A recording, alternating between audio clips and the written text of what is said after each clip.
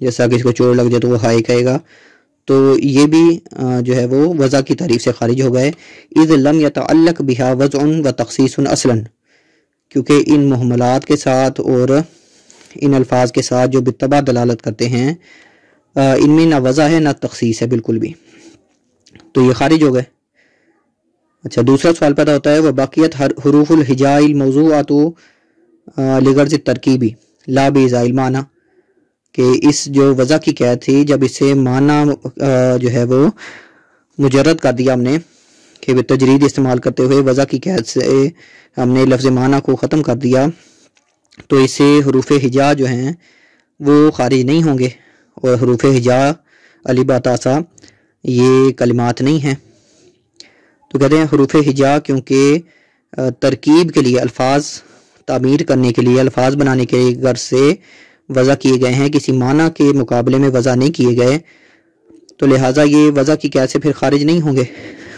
تو یہ المعنی کی قید کا فائدہ ہو گیا کہ المعنی کی قید لگا کر تو یہ حروف ہجاء سارے حروف نہیں، کیونکہ باقی جو حروف ہیں جیسا حروف جر وغیرہ یہ حروف معانی کہلاتے ہیں، تو یہ داخل رہیں گے کیونکہ یہ کلمہ ہیں.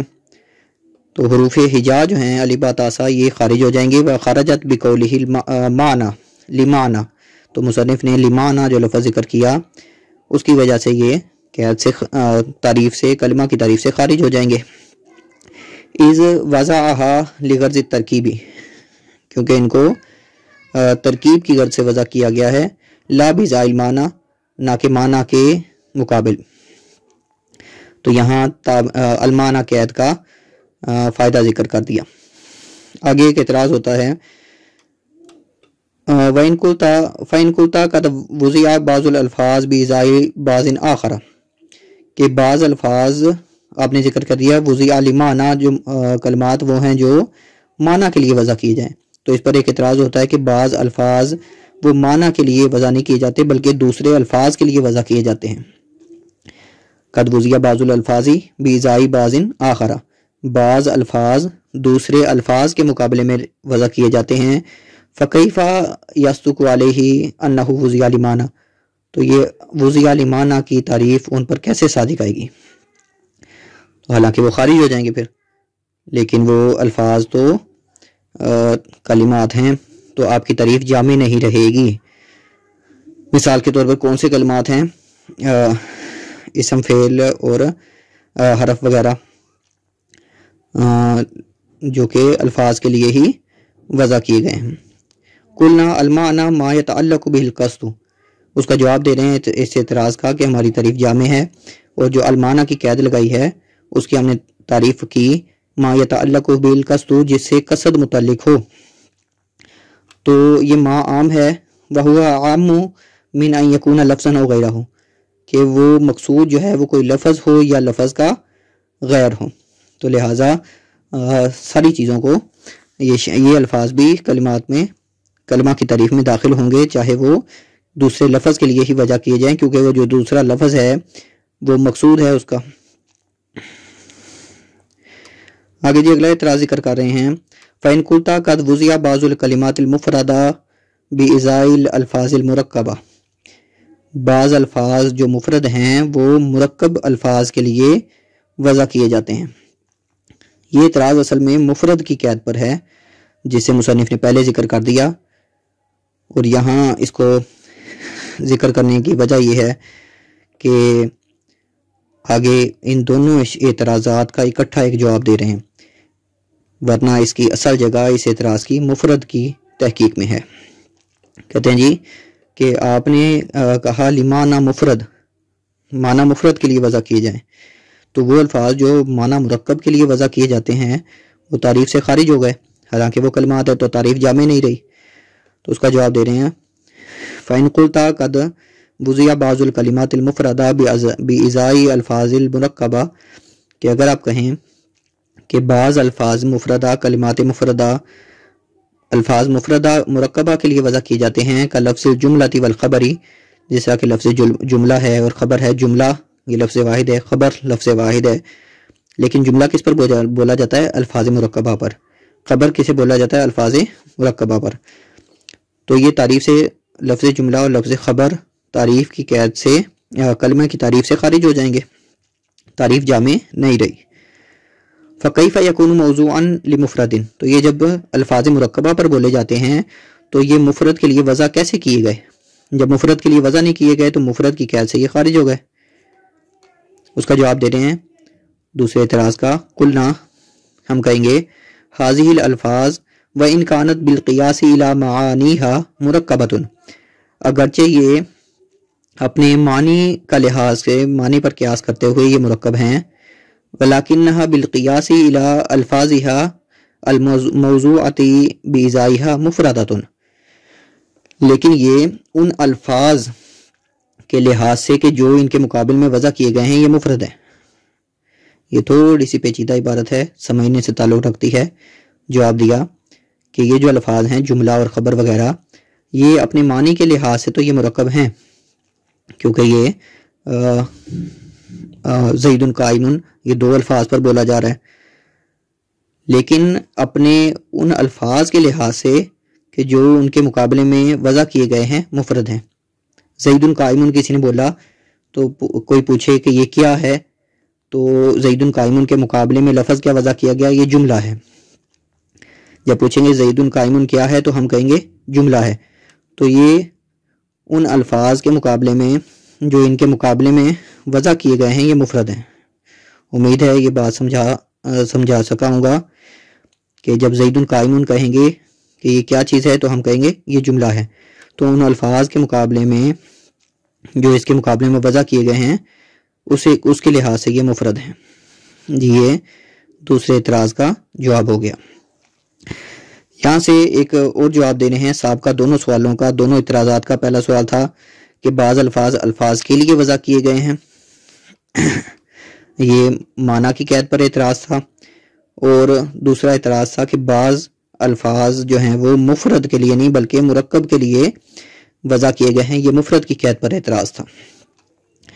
ان دونوں کا ایک مشترکہ جواب دے رہے ہیں، وَقَدْ أُجِيبَ عَنِ الْإِشْكَالَيْنِ، تو اجیبہ فعل مجہول ذکر کیا گیا، اس سے پتہ چلتا ہے کہ ملا جامی رحمۃ اللہ علیہ کے نزدیک یہ جواب جو ہے یہ زیادہ اچھا نہیں ہے، ضعیف ہے۔ جواب کیا دیا گیا؟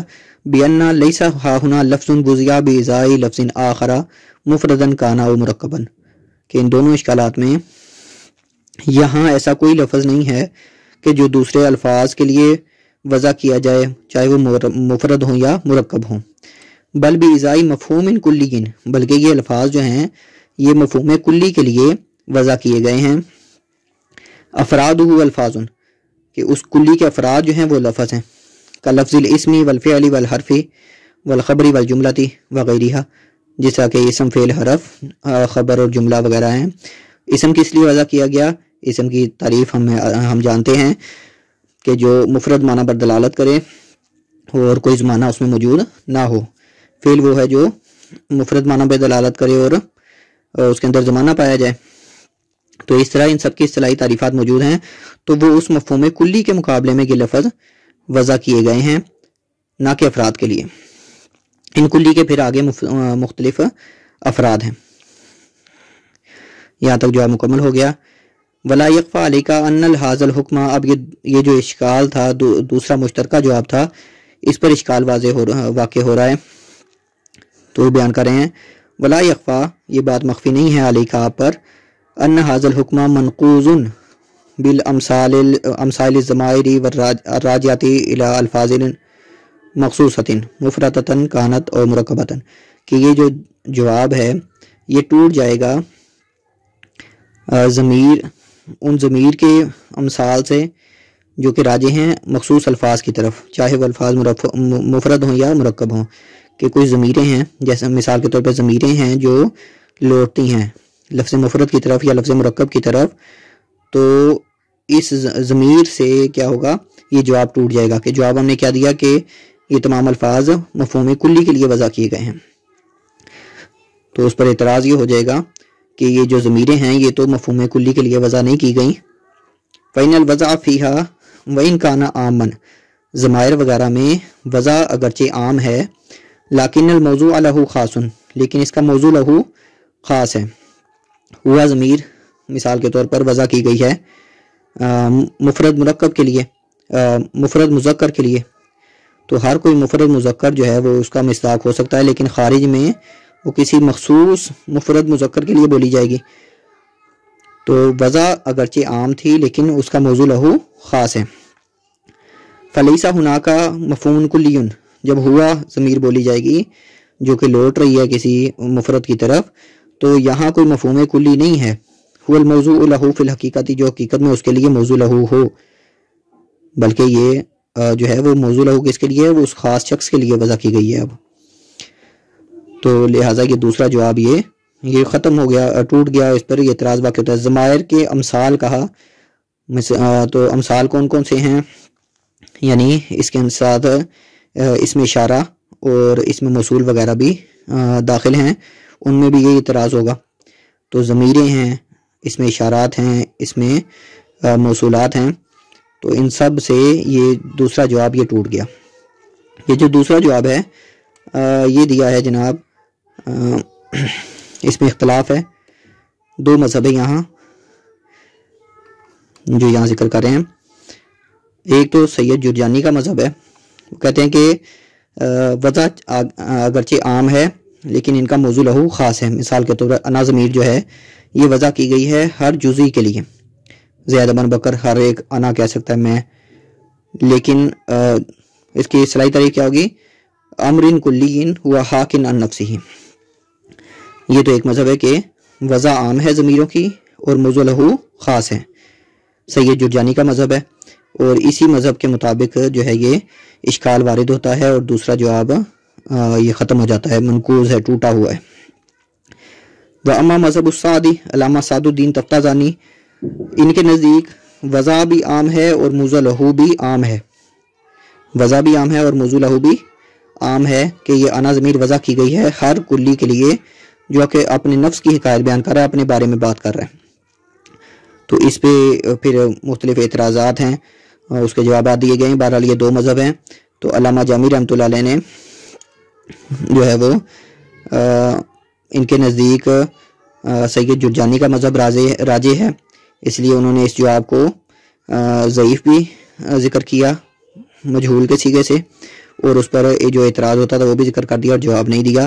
اس کا مطلب ہے کہ علامہ جامی رحمۃ اللہ علیہ جو ہے وہ سید جرجانی والے مذہب پر عمل کر رہے ہیں۔ تو یہاں تک یہ جانی والے مذہب پر عمل کر رہے ہیں، تو یہاں تک یہ معنی کی تحقیق مکمل ہو گئی۔ یہ کلمہ کی تعریف میں معنی جو لفظ آیا اس کی تحقیق میں مولا جامی رحمۃ اللہ علیہ نے جو اپنا کلام فرمایا اس کا خلاصہ یہ ہے۔ اصطلاحی تعریف ذکر کی گئی معنی کی، ما یقصد بشیء، صرفی تحقیق ذکر کی گئی کہ یہ اس میں مکان ہو سکتا ہے، مصدر میمی ہو سکتا ہے، یا اس میں مفعول ہو سکتا ہے جو کہ معنوی سے مخفف ہے۔ پھر پہلا اعتراض کیا گیا کہ معنی کی جو قید ہے وہ زائد ہے، کیونکہ وضیع کی قید کے ضمناً یہ معنی آ گیا تھا۔ اس کا جواب دیا کہ معنی کی قید جو ہے صراحتاً ذکر کرنے کا فائدہ ہے کہ تعریفات کے اندر قیود جو ہیں وہ صراحتاً ذکر کی جاتی ہیں، اور وضیع کی قید میں جو معنی کا ذکر تھا وہاں صنعت تجرید استعمال ہوئی ہے۔ تو وضیع کی قید سے پھر جو الفاظ دالہ بالطبع دلالت کرتے ہیں وہ خارج ہو گئے، محملات خارج ہو گئے، اور معنی کی قید سے حروف ہجا جو کہ معنی کے لیے وضع نہیں کیے جاتے وہ خارج ہو گئے۔ تو وضع کی قید کا فائدہ ذکر کر دیا، معنی کی قید کا فائدہ ذکر کر دیا۔ پھر اعتراض ہوتا تھا کہ آپ کی تعریف جامع نہیں ہے، کیونکہ یہ اسے وہ الفاظ جو کہ الفاظ کے لیے وضع کیے گئے ہیں وہ خارج ہو جاتے ہیں۔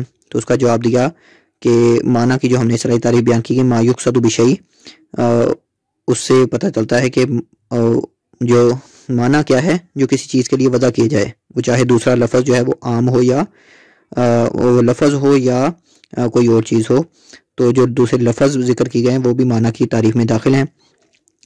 پھر اعتراض ہوا مفرد کی قید پر کہ بعض الفاظ ہیں وہ مفرد کے لیے، مفرد معنی کے لیے وضع نہیں کیے جاتے بلکہ مرکب معنی کے لیے وضع کیے جاتے ہیں۔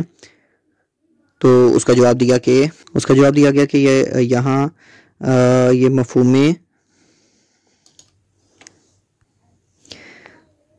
جی اعتراض ہو گیا مفرد کی قید پر کہ بعض الفاظ ہیں وہ معنی مفرد کے لیے وضع نہیں کیے جاتے بلکہ معنی مرکب کے لیے وضع کیے جاتے ہیں، تو اس کا جواب دیا کہ معنی مفرد کے لیے اس کا جواب یہ دیا کہ اگرچہ وہ اپنے معنی کے اعتبار سے تو مرکب ہیں لیکن ان الفاظ کے اعتبار سے جو ان کے مقابل میں وضع کیے گئے ہیں مفرد ہیں۔ مثال کے طور پر زید قائم، یہ اپنے معنی کے اعتبار سے تو جو لفظ ہے یہ مرکب ہے کہ دو الفاظ سے مل کر بنا ہے، لیکن ان کے مقابل جو لفظ وضع کیا گیا ہے اس اعتبار سے یہ عام ہے، یہ مفرد ہے کہ معنی کے اعتبار سے کہ جب کہا جائے گا کہ زید قائم کیا ہے تو جواب ملے گا کہ یہ مفرد ہے، تو اس کا اشکال دور ہو گیا۔